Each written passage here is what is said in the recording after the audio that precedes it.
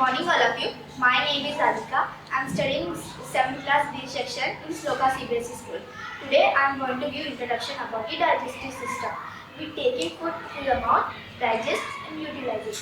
Have you ever wondered that what happens to the food inside our body? The food passes through a long canal. It starts from buccal cavity and ends at anus. So my friends are going to explain about the digestive system. My name is Shivanshi. Today my topic is types of teeth. There are 4 types of teeth in our mouth. They are incisors, canine, molars and premolars. Let us discuss about the functions of the teeth. Incisors. They are used for cutting and biting. In both upper and lower jaw they are 4. Canines. Canines are the second teeth in our mouth and are used for piercing and tearing. In both upper and lower jaw they are 2. Premolars and molars. They are the last teeth in our mouth and are used for chewing and grinding. They are having the same functions. In both upper and lower jaw, premolars are 3 and molars are 2. There are total 32 teeth in our mouth. Also, our mouth comes under buccal cavity. My name is Srisha and today my topic is tooth decay. If we wouldn't brush our teeth properly, bacteria will grow on food particles in our teeth. Bacteria produces acids which causes tooth decay. My name is Anandra and my topic is salivary glands. First, what is salivary glands? Salivary glands are the organs which secrete digestive enzyme called saliva. There are mainly 3 types of salivary glands: parotid gland, sublingual and submandibular. Parotid glands are present at the end of our jaw and below the ears. Next, sublingual. Sublingual are present at the below of our tongue. Next, submandibular. Submandibular are present at the end lining of our jaw. My name is Sidra Fatima and my topic is salivary amylase. Salivary amylase is an enzyme present in the saliva of humans. These enzymes help to break down the starch present in your food. Starch in a large compound is broken apart into smaller sugar subunits with the help of the salivary amylase. Half of the digestion is occurred in our mouth with the help of the salivary amylase. This process is called chemical digestion or chemical breakup of food. My name is Krishni. Today my topic is esophagus. Esophagus is a muscular and hollow tube that carries food from our throat to stomach. Its surface was slippery due to the presence of mucus. My name is Araditi Tiwari. My topic is function of the esophagus. Esophagus secretes mucus and transport food into the stomach. The food is transported by peristalsis movement of esophagus. The muscle in our esophagus propels food down to our stomach. My name is Varshali. My topic is about structure of the stomach. The stomach is a thick walled bag and it shapes like a flat engine. It is the widest part of the alimentary canal. The stomach is a part of the alimentary canal between the esophagus and the small intestine.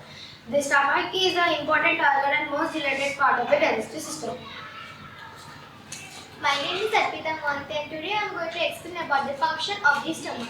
Human stomach vigorously churns food. The gastric mucus secretes 1.2 to 1.5 liters of gastric juices per day. Gastric hydrochloric acid HCl kills any germs that may have entered into the alimentary canal along with the food and creates an acidic environment by reducing the pH, which is required for the activation of the pepsinogen into pepsin. HCl is secreted from highly specialized fascial cells which are located in the corpus of the stomach. Pepsin breaks down proteins into smaller peptides and amino acids. The gastric mucus is a normal stringent slimy fluid which is located in our stomach. It is created from highly specialized cells which are like epithelial cells and glandular cells.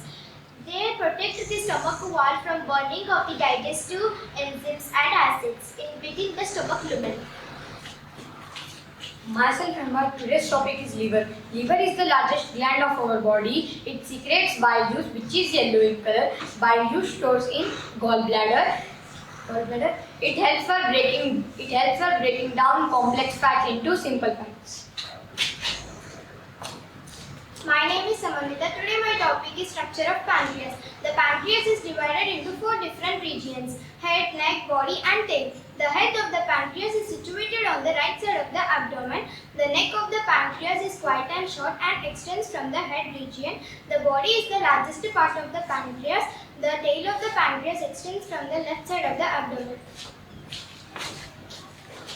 My name is Harshita. Today I am going to say about the functions of pancreas. The pancreatic juices digest the carbohydrates, fats and proteins. It secretes three digestive enzymes: trypsin, amylase and lipase. Trypsin digests the proteins, amylase digests the carbohydrates and lipase digests the fats. It also digests the insulin and glycogen, which helps to control blood sugar level in our body. My name is Rakshit Singh. So today I would like to say about my topic, structure of small intestine. Our small intestine is about 7.5 meters long and it folds many times to fit inside the abdomen. Although it is longer than large intestine, it is called small intestine because it is narrower in diameter. But compared to human small intestine, herbivorous animals like cow has more long intestine compared to humans.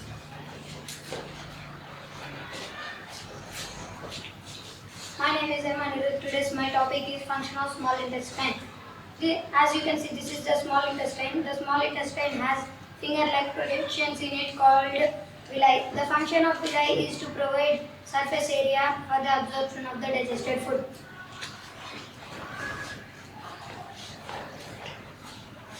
My name is Yashwant and my topic is about the function and the structure of the large intestine. It is about 1.5 meters long and it is the final part of the digestive system and it is known as the colon, and when the food undigested food will be sent by the small intestine to the large intestine. The large intestine will absorb the salt and water from the undigested food and the remaining food will be removed from our body by the arms.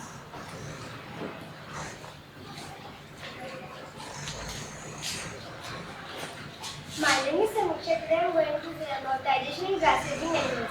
Grass-eating animals directly grass-eating stomach called the rumen. The rumen here it digests by the partially digest called gut returns to the mouth after into the small ducts and the animal chews. This process is called rumination.